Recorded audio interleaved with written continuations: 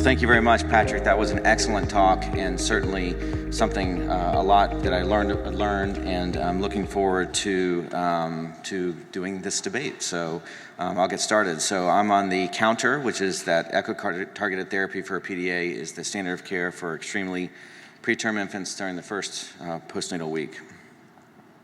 So I do have some disclosures. I have a couple of R01s and R34. I do work with the Echo Coordinating Center and the NICHD and a couple of different networks, the Pediatric Trials Network and the Neonatal Research Network. And I do some consulting for industry that's on the slide here, primarily for drug development.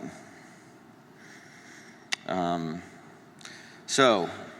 couple of years ago, the Committee of Fetus and Newborn of the American Academy of Pediatrics had a statement, and this is just one sentence from that lengthy statement. I'll encourage you all to go read it. Despite a large body of basic science and clinical research and clinical experience with thousands of infants over nearly 6 decades, there's still uncertainty and controversy about the significance, evaluation, and management, those are my highlights there, of patent ductus arteriosus in preterm infants, resulting in substantial heterogeneity in clinical practice. And so I'm going to use these 3 words, significance, evaluation, and management, to frame the rest of this talk. So this is the first and last slide. So you're going to see this again. So natural history, Patrick already mentioned a little bit about this. You're going to see a very similar slide here in a second. PDAs close eventually. They persist longer in infants with lower gestational age and birth weight. Significance, this is the meat. There is an uncertain causal link between PDA, however diagnosed, and any important outcome. That's the meat of what I've been trying to do since the beginning when I was a fellow in 2002, when I too had an infant who went down for ligation and then died within 3 days. Prophylaxis and treatment decreases both PDA and ligation, but not necessarily health outcomes, which is what's important to us as clinicians, to the babies themselves, and to families. For evaluation, I have one slide on this, because Patrick, I knew, would do an excellent job reviewing what the optimal echocardiogram parameters. And then because of the significant lack of evidence about significance and potentially evaluation, we know certainly within our centers and among centers, there's a wide variation in treatment. So let's talk a little bit about natural history. So Patrick, the next slide is the slide that you've already seen. But on this slide, I challenged the pediatric cardiologists to tell me why they treat PDAs. And they tell me that the reason why they treat them in older children is that they develop pulmonary hypertension from Eisenmenger syndrome. However, there's never been a trial or even a really good cohort study showing what happens to PDAs over weeks or decades. So and they refer me back to these old studies, and this is one of them. So this is from 1968. This is a very early systematic review. And on the right-hand side, don't worry so much about the numbers, but there are some authors there, Brown, et cetera, and these are the number of patients who had closure of PDAs based on their clinical series over a period of decades. And sure enough, there was one patient, the duct having closed in one of these at the age of 34 after 17 years of observation. So certainly there is a long tail on the closure of PDAs. This is a slide that you've seen before.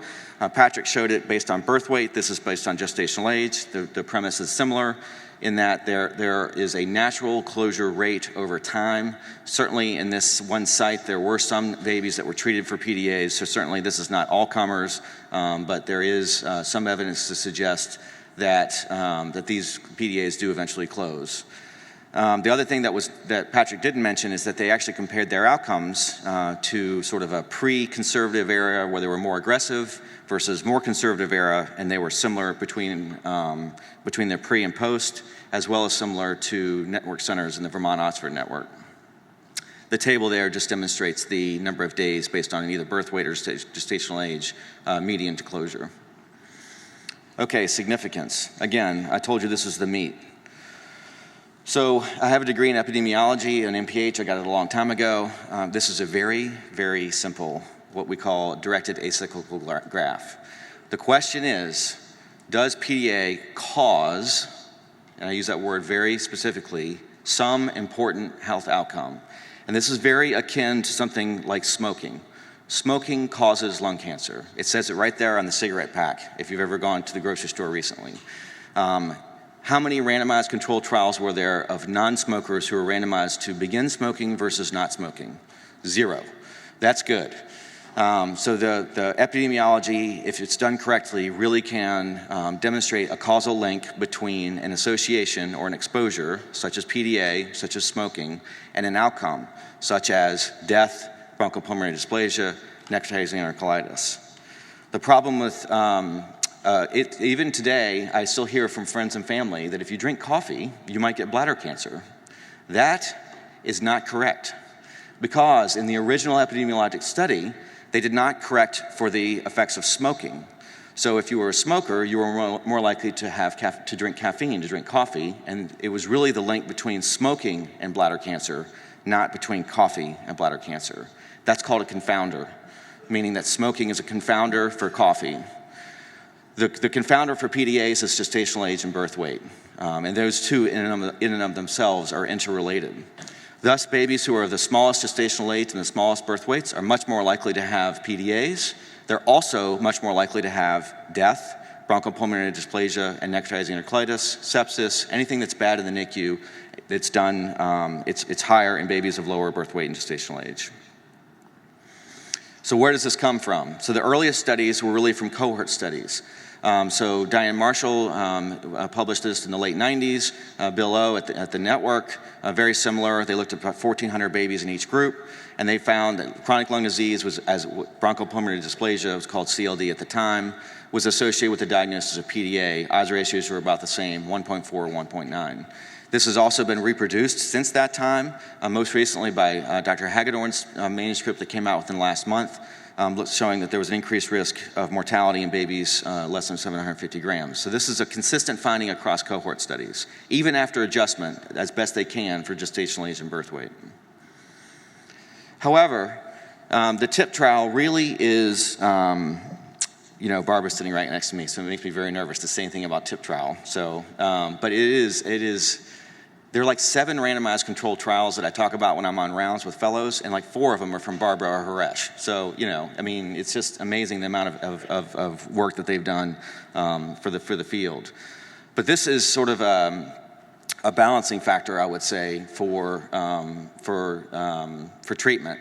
So this demonstrates, this was a secondary analysis, so you have to take it with a grain of salt. These were about 1,000 babies who survived at 36 weeks. Again, they were randomized in medicine or placebo, but this is really looking at the babies that did not have a PDA. And if you look at that, there was an increased risk of BPD in the babies who were assigned to the indomethacin group because almost certainly, or not certainly, but presumably because of an increase in FiO2. Because of a decreased weight loss in the first postnatal week. So babies who received indomethacin, and this makes physiologic sense, they were less likely to have a diuresis, and they had an increase in oxygen requirement, and perhaps that oxygen toxicity contributed to bronchopulmonary dysplasia. The other thing to note about the TIP trial, and as well as this causal analysis or this causal link that I was talking about in the previous slide is that PDAs, if you look at prophylactic indomethacin, the incidence of PDA drops dramatically. It goes away. If you stop smoking, your risk of lung cancer eventually goes down. There's no question about it. But if you take PDA away, regardless of how it's diagnosed, it doesn't seem to affect any outcome. And that's one thing that's also been concerning to me over the years as well. Patrick showed this as well. Patrick's point, and he is absolutely correct, is that the way that PDAs were diagnosed varied widely across these trials. But to me, the prophylactic trials are the ones that should be targeted, because it doesn't really matter how one diagnosed PDAs in those prophylaxis trials. They went away. They went away, and there was no difference really in outcomes other than IVH. And IVH might be a direct effect of the medication itself and not be mediated by PDA. That is not a confirmed association. Okay. One comment about what I see when I receive manuscripts. So if anybody sends me a manuscript and it has anything to do with PDA, if they use the word need for treatment or require treatment or need for ligation or require ligation or failure of closure, I will usually respond something along the lines of received treatment, received ligation. And the reason why is because of the substantial heterogeneity and lack of causal link between PDA and outcome. So thus, in the TIP trial, if you look, there was some 0% ligation rate in some centers. In the Neonatal Research Network, these are unpublished data, but I can tell you that there are data books that are available for the GDB, generic database, and between 5 and centers, it depends on the year, have a less than 5% ligation rate a year. And so there's substantial heterogeneity. If Carl Bowes is on when somebody diagnoses a PDA, it's probably over the weekend because he wouldn't do it. He's not treating. He has not sent a baby for ligation for 20 years. So Carl Bowes has a 0% ligation rate. There are other folks I've talked to different centers, and they themselves also have very low ligation rates, down to 0. And so I won't name them publicly, but they're available. So it's flawed because of substantial site and clinician variability and the lack of relationship between closure and improvement in health outcomes. And sites with low treatment have low morbidities, and the contrary is true as well. Sites with high treatment also have low morbidities. So that means, to me, that it may not be have that much of a relationship between the two.